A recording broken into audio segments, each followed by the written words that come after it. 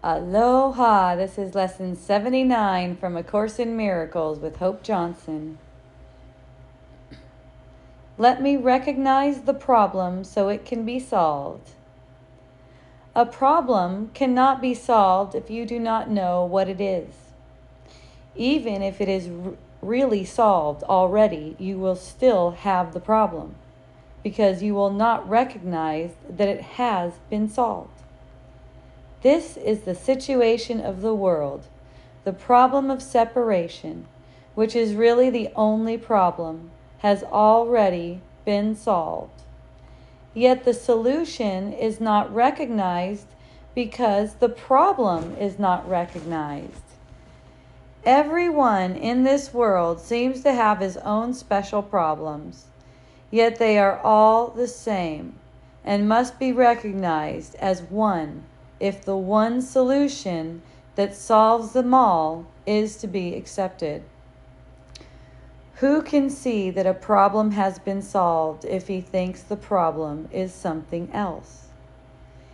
Even if he is given the answer, he cannot see its relevance.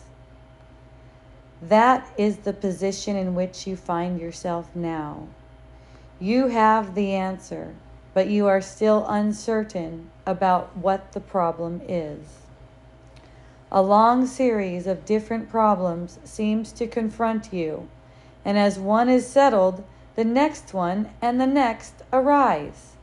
There seems to be no end to them. There is no time in which you feel completely free of problems and at peace. The temptation to regard problems as many is the temptation to keep the problem of separation unsolved.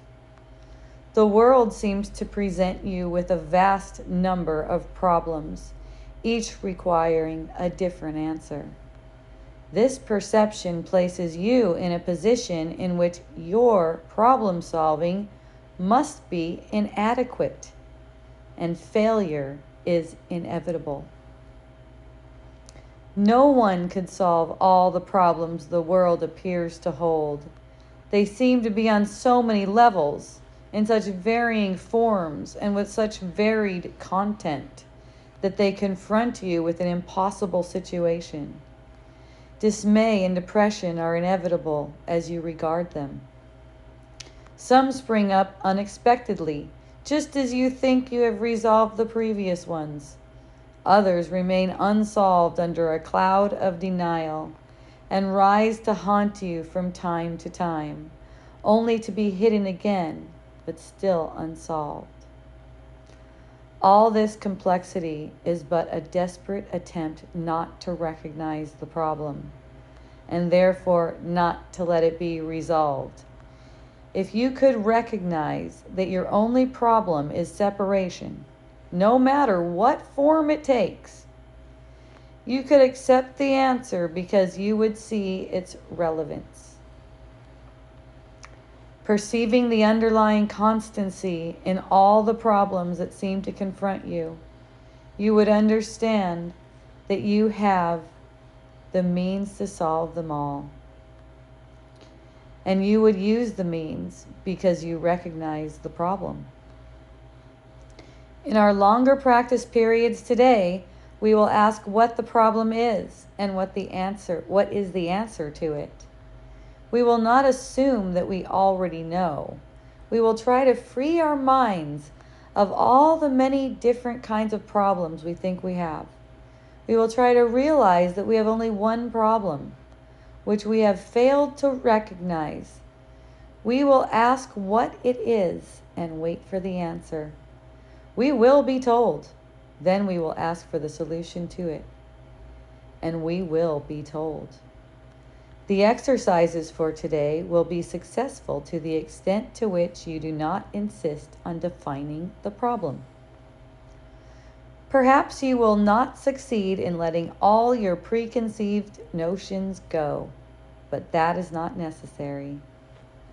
All that is necessary is to entertain some doubt about the reality of your version of what your problems are.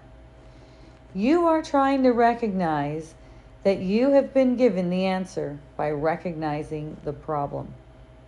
so that the problem and the answer can be brought together and you can be at peace. The shorter practice periods for today will not be set by time but by need. You will see many problems today, each one calling for an answer. Our efforts will be directed toward recognizing that there is only one problem and one answer. In this recognition are all problems resolved. In this recognition there is peace. Be not deceived by the form of problems today. Whenever any difficulty seems to rise, tell yourself quickly, let me recognize this problem so it can be solved. Then try to suspend all judgment about what the problem is. If possible, close your eyes for a moment and ask what it is. You will be heard and you will be answered. So you know what beautiful about this is any problem, it's not real. It's not a real problem. It's a sense of separation that has you imagining a problem right now in this moment, imagining that there's some kind of problem, right? Something that you have to do, something that you have to do different. That's the ego world, man. Solve something, yes. And you know, it's mistrust, it's lack of trust, thinking that you have to do something about your perceived problems. I mean, you can say, you might consider this doing something to recognize that the only problem is a sense of separation. Separation is the problem. And if you look at it, it's like, how do I solve a problem that's already been solved? You know, and you'll be answered in that. You know, the Holy Spirit will speak to you truly about the particulars of your life, and letting you know specifically that, you know, the way you view that thing, the way you hold that thing in your mind is what's hurting you. The situation, the person, whatever the thing is, it's the way you're holding it in your mind that's hurting you. So you know, you can see specifically like what it is, what are you grasping at? What kind of outcome are you allowing your feelings to be dependent on? You know, it's like being released of all that stuff so you can enjoy what you have right now. You have the love of God right now. And only now, when you're not focused on a perceived problem. People don't have God in their life, so they just know the ego. It's the conditioning that the world has given everybody. Yes. So they need to turn to God somehow. They need to find it.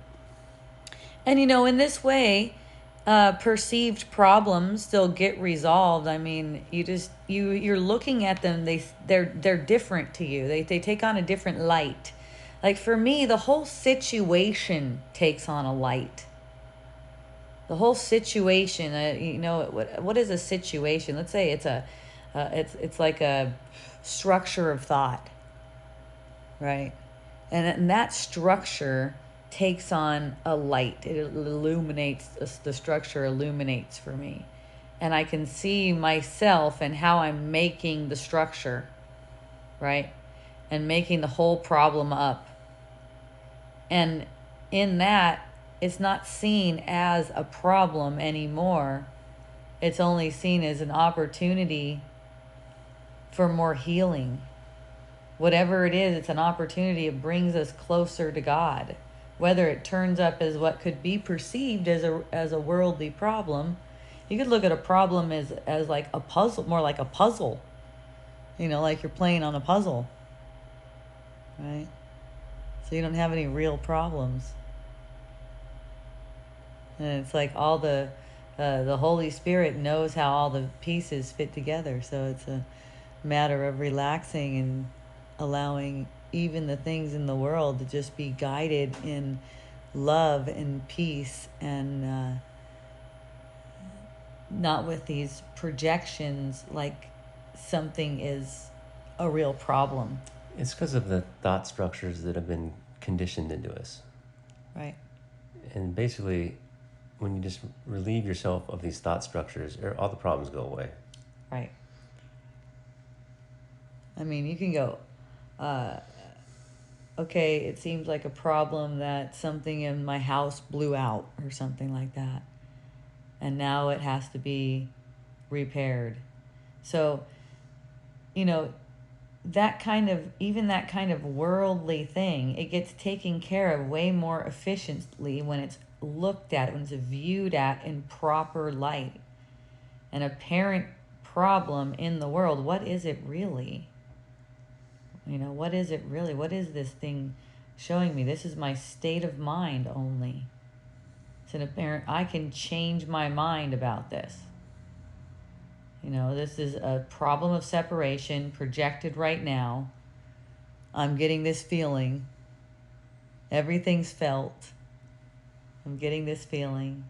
And, would I keep this as an actual problem? And it's like, no, I wouldn't. So I could be released right now, receive the love of God, knowing and trusting that all of my problems have been solved.